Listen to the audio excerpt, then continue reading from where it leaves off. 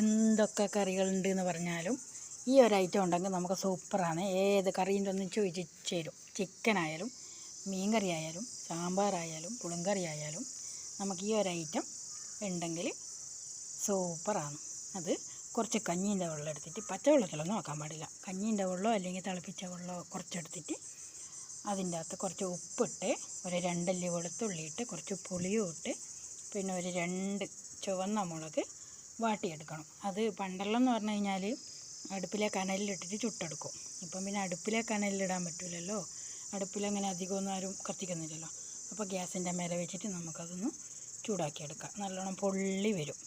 അങ്ങനെ എല്ലാം കൂടി നമ്മൾ ആ വെള്ളത്തിൽ ഓട്ടച്ചിട്ട് അതിൻ്റെ വേസ്റ്റെല്ലാം കളഞ്ഞാൽ മതി. ഇതിൻ്റെ വെള്ളം മാത്രം എടുക്കുക. ഇനി വേറെ ഒരു കറി ഇല്ലെങ്കിലും നമുക്കിത് മാത്രം ഉണ്ടായാലും ചോറുണ്ണാം. അത്രയ്ക്ക് ടേസ്റ്റാണ്. അപ്പോൾ